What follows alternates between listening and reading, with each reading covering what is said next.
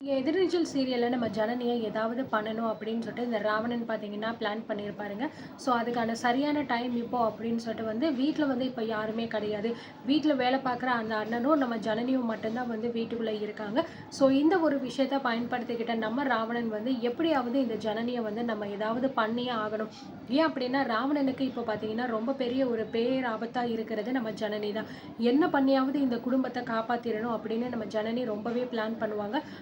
அவ இந்த வீட்டுக்குள்ள இருந்தா அப்படின்னா ராவணன் பண்ணணும்னு நினைக்கிற ஒரு விஷயம் கூட சரியா நடக்காது அப்படின்னு புரிஞ்சுக்கிறாரு.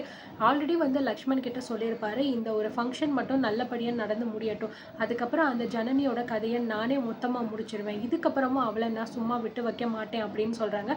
அதே மாதிரி அந்த பக்கம் நீங்களுமே சக்தியை கண்டுபிடிச்சு அவனோட சோழியை முடிச்சிருங்க. ஒட்டுமொத்தமா இவங்க 2 பேரும் இல்லை அப்படின்னா அந்த ஒட்டுமொத்த குடும்பமும் நம்ம கண்ட்ரோல்ல வந்துடும். அதுக்கப்புறம் நம்ம என்ன சொல்றோமோ அது மட்டும்தான் நடக்கும். அந்த குடும்பத்தில் இருக்கிற அத்தனை பேரும் என் காலில் வந்து விழுந்து கிடக்கணும் அப்படிங்கிற மாதிரி ராவணன் பிளான் பண்ணுறாரு. ஸோ இங்கே பார்த்தீங்க அப்படின்னா எல்லாருமே கிளம்பி வந்து ஃபங்க்ஷனுக்கு போயிடுறாங்க. நம்ம தர்ஷினி வரமாட்டேன்னு சொல்லுவாள். அதுக்கப்புறம் ஒரு வழியாக அவளை சமாதானப்படுத்தி வான்னு சொல்லி கூப்பிட்டதுக்கப்புறம் அவளுமே வந்து கிளம்பி போயிடுவா. இப்போ விசாலாட்சியும் கிடையாது, நம்ம சக்தியும் அங்கே கிடையாது, யாருமே இல்லை, ஜனனி மட்டும் தனியாக தான் இருக்காங்க. இங்கே வந்து வந்த எல்லாருமே பார்த்தீங்க அப்படின்னா ஃபங்க்ஷன்ஸ்க்காக வந்து உட்காந்துக்கிட்டு இருக்காங்க. இன்னும் ஃபங்க்ஷன் வந்து ஸ்டார்ட் ஆகலை. பட் இருந்தாலுமே எல்லாருமே உட்காந்துக்கிட்டு இருக்காங்க எப்போ ஆரம்பிக்கணும் அப்படின்னு சொல்லிட்டு. கொஞ்ச நேரத்தில் பார்த்தீங்கன்னா அந்த மினிஸ்டருமே வந்து வந்துடுறாரு. ஸோ வந்தவுடனே வந்து நம்ம ராவணன், அதுக்கப்புறம் கதிர், ஆதிகுணசேகரன் எல்லாருமே போயிட்டு வந்து அவங்கள வரவேற்கிறாங்க. வாங்க சார் வாங்க, உங்களுக்காக தான் இவ்வளோ நேரம் நாங்கள் வெயிட் பண்ணிக்கிட்டு இருந்தோம், கரெக்டான நேரத்தில் வந்துட்டீங்க வாங்க அப்படிங்கிற மாதிரி சொல்லும்போது, என்னப்பா தம்பி இன்னும் தூரிகா மேடம் வரலையா அப்படிங்கிற மாதிரி கேட்குறாங்க. இல்லை சார், அவங்க ஆந்தி வேலை தான் இருக்காங்க, நீங்கள் வாங்க உட்காருங்க, அவங்க வந்துருவாங்க அப்படிங்கிற மாதிரி சொல்லிட்டு ஸோ எல்லாருமே போயிட்டு பார்த்தீங்கன்னா உட்காந்துக்கிட்டு இருக்காங்க அந்த இடத்துல.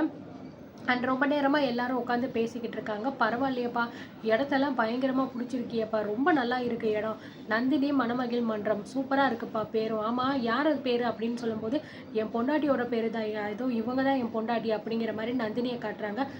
அப்படியா, சரி சரி, வணக்கம்மா வணக்கம், ரொம்ப நல்லா இருக்குமா இடம், எல்லாமே ஆரம்பிச்சிருக்கீங்க, சரி உங்கள் பிஸ்னஸ் நல்லா அமோகமாக வரணும், என்னோட வாழ்த்துக்கள் அப்படிங்கிற மாதிரிலாம் சொல்லிக்கிட்டு இருக்காரு. ரொம்ப நன்றி சார், இது எல்லாத்துக்குமே காரணம் வந்து ராவணன் சார் தான், இவர் மட்டும் இல்லை அப்படின்னா இந்த நிலைமைக்கு நான் வந்திருப்பேனான்னு எனக்கு தெரியலை அப்படிங்கிற மாதிரி வந்து நம்ம கதிர் வந்து சொல்கிறாரு.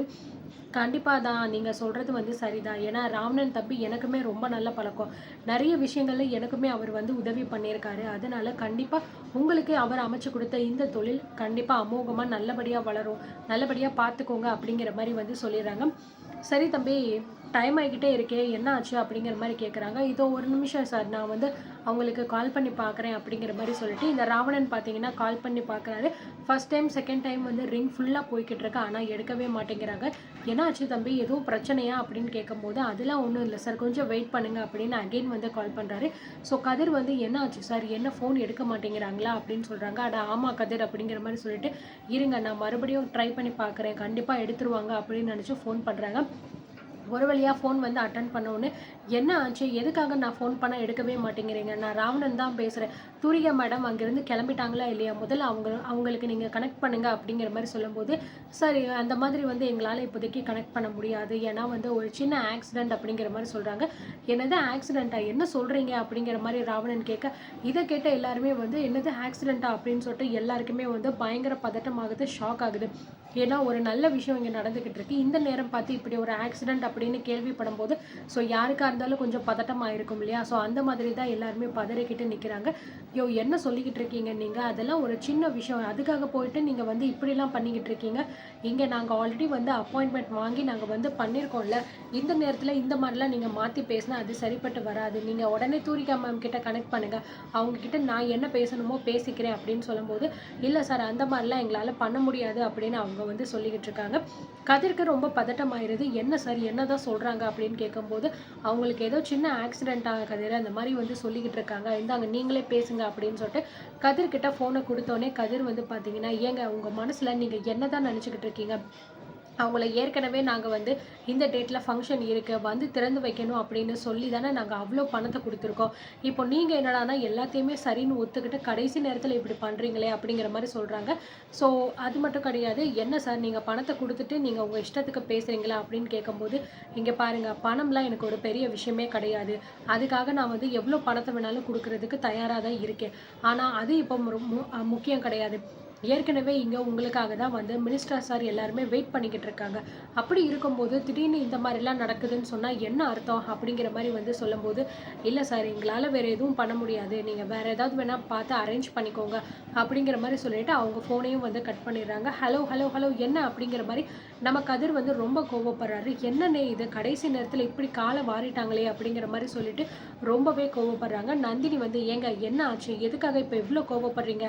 என்ன நடந்துச்சு சொல்லுங்க" அப்படின்னு சொல்லும்போது, அது ஒன்றும் இல்லை நந்தினி, அதான் அந்த தூரிகா இருக்காங்களே, அவங்க வரேன்னு சொல்லியிருந்தாங்கல்ல, இப்போ கடைசி நேரத்தில் அவங்களுக்கு வர்ற வழியில் சின்னதாக ஒரு காரில் வந்து ஆக்சிடெண்ட்டா, அதெல்லாம் வந்து அவங்களுக்கு எதுவும் ஆகலை, சும்மா கார் வந்து சின்னதாக வந்து கீறல் விட்டுருச்சா, அது வந்து பெரிய அபசகுணமாக நினச்சி வந்தால் சரிப்பட்டு வராது அப்படிங்கிற மாதிரி சொல்கிறாங்க.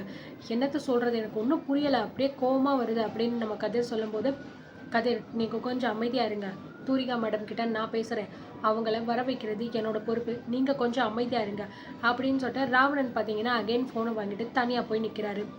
இது எல்லாமே வந்து நம்ம ராவணனோட பிளான் தான். ஸோ தூரிகாவை வர வைக்கிற மாதிரி வச்சு கடைசி நேரத்தில் வர வைக்கக்கூடாது, எல்லாரையுமே வந்து பயங்கரமாக இரிட்டேட் பண்ணணும் அப்படிங்கிறது மட்டும்தான் நம்ம ராவணனோட பிளான். தான் பிளான் பண்ணபடி எல்லாமே சக்ஸஸ்ஃபுல்லாக போய்கிட்டு இருக்கு அப்படிங்கிற மாதிரி நினைக்கிறாரு. ஸோ இது மட்டும் நமக்கு பத்தாது, இதே மாதிரி வீட்டுக்குள்ளே ஜனனி தனியாக தானே இருக்கா, இப்போ நம்ம அவளை டார்கெட் பண்ணணும். என்ன பண்ணலாம் அப்படின்னு சொல்லிட்டு பார்த்தீங்கன்னா, அந்த வீட்டில் இருக்கான் இல்லையா அந்த சமையல்காரன், ஸோ அவனுக்கு பார்த்தீங்க அப்படின்னா இந்த மாதிரி பணத்தை அதிகமாக கொடுத்து நான் சொல்கிற விஷயத்த சொல்லிவிட்டு உடனடியாக அந்த வீட்டை விட்டு நீங்கள் கிளம்பிடணும் அப்படிங்கிற மாதிரி சொல்கிறாங்க. அந்த ஆள் வந்து, ஏன் சார் எதுக்காக, நான் எதுக்கு கிளம்பணும் அப்படிங்கிற மாதிரி சொல்லும்போது, உன் குடும்பத்தில் உள்ளவங்க உயிரோட இருக்கணும்னு நினச்ச அப்படின்னா நான் சொல்கிறத சொல்லிவிட்டு பணத்தை வாங்கிட்டு கிளம்பிடணும், இல்லை உன் குடும்பத்தில் இருக்கிற எல்லாருமே செத்து போகட்டும் அப்படின்னு நினச்சேன்னா நீ என்ன வேணாலும் பண்ணிக்கோ அப்படின்னு சொல்லும்போது, ஸோ ஃபேமிலியை கார்னர் பண்ணால் கண்டிப்பாக யாராக இருந்தாலும் அவங்க சொல்கிறத கேட்டு தானே ஆவாங்க.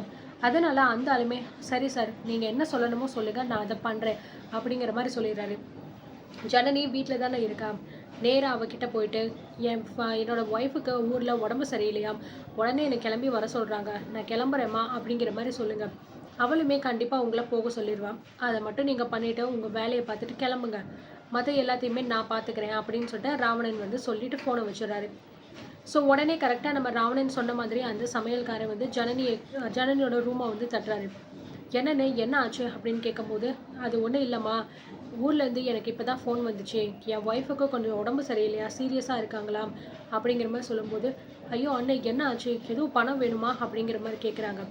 அதெல்லாம் ஒன்றும் இல்லைம்மா, பணம் இல்லாமல் இருக்குது, இப்போ நான் உடனே போய் அவங்கள பார்த்தாகணுமே அப்படிங்கிற மாதிரி சொல்லும்போது, பரவாயில்லண்ணே, இதுக்கு எதுக்கு நீங்கள் இப்படிலாம் பெர்மிஷன் கேட்குறீங்க, மனைவிக்கு உடம்பு சரியில்லைன்னா போய் பார்க்குறது உங்கள் கடமை தானே, நீங்கள் உடனே கிளம்புங்க இந்த இடத்த விட்டு, வீட்டில் உள்ளவங்க கிட்ட நான் பேசிக்கிறேன் அப்படிங்கிற மாதிரி சொல்கிறாங்க.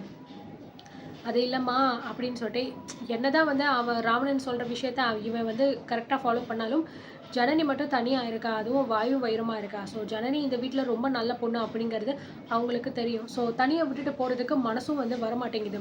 தயங்கி தயங்கி அந்த ஆள் நின்றுக்கிட்டு இருக்கும்போது, பரவாயில்லண்ணே என்ன ஆச்சு உங்களுக்கு, நீங்கள் கிளம்புங்க, எதுவாக இருந்தாலும் சரி நான் பார்த்துக்கிறேன், நான் சொல்லிக்கிறேன் அக்கா அங்கே வந்ததுக்கப்புறம் அப்படின்னு சொல்கிறாரு.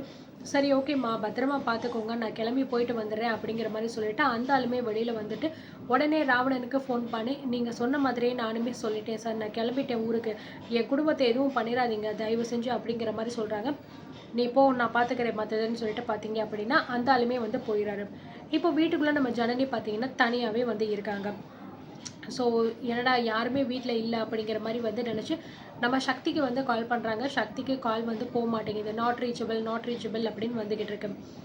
அண்ட் அதுக்கப்புறம் எதேச்சியாக பார்த்தீங்க அப்படின்னா நம்ம ஜனனி வந்து ஜன்னல் வழியாக எட்டி பார்த்தா வீட்டுக்கு வெளியில் பார்த்தீங்கன்னா 2 பேர் நின்றுட்டு அந்த வீட்டையே பார்த்துக்கிட்டு இருக்காங்க. அண்ட் ஜனனியவே பார்த்துக்கிட்டு இருக்காங்க. ஜனனிக்கு மனசுக்குள்ளே பயம் வந்துடுது. யார் இது, வீட்டுக்கு முன்னாடி 2 பேர், அதுவும் இவ்வளோ நேரமாக அவங்க வந்து இல்லை, இப்போ தான் புதுசாக வந்து நின்றுக்கிட்டு இருக்காங்க, ஒரு வேளை நம்ம வீட்டுக்குள்ளே தனியாக இருக்கோம் அப்படிங்கிற மாதிரி நினச்சி அவங்க ஏதாவது பண்ணுறதுக்காக வந்து நிற்கிறாங்களோ, உடனே நம்ம சக்திக்கு இந்த விஷயத்த ஃபோன் பண்ணியே ஆகணும் அப்படிங்கிற மாதிரி யோசிக்கிறாங்க. ஆனால் இதில் எனக்கு ஒரு டவுட் என்னென்னா, சக்தி எங்கேயோ ஒரு இடத்துல இருக்கான், அவனுக்கு ஃபோன் பண்ணி என்ன பண்ண போகிறான், பக்கத்தில் இருக்கிற மதிவதனைக்கு ஃபோன் பண்ணால் கூட கிளம்பி அவள் உடனே இங்கே வருவாள், சரி இல்லைனா போலீஸ் ப்ரொடெக்ஷன் இல்லைனா போலீஸ்க்கு ஃபோன் பண்ணால் கூட அவங்க வருவாங்க, இந்த மாதிரி யாருக்காவது ஃபோன் பண்ணுறதை விட்டுட்டு எங்கேயோ இருக்கிற சக்திக்கு ஃபோன் பண்ணி வர சொன்னால் அவள் உடனே கிளம்பி வந்துடுவானா. சக்திக்கு கால் பண்ணி பார்க்குறாங்க, கால் வந்து சுத்தமாக போகவே மாட்டேங்குது. அண்ட் நம்ம ஜனனி கதவு, ஜன்னல் எல்லாத்தையுமே மூடிட்டு ஒரு ஓரமா நின்னு பார்த்துக்கிட்டு இருக்காங்க. அங்கேயே அந்த ஆள் வந்து யார்கிட்டயோ ஃபோன் பண்ணிட்டு மேலேயே தான் பார்த்துக்கிட்டு இருக்காங்க. ஸோ என்ன நடக்க போகுது? நம்ம ஜனனி அடுத்து என்ன பண்ண போறாங்க? அப்படிங்கிறத நம்ம வெயிட் பண்ணி பார்க்கலாம்.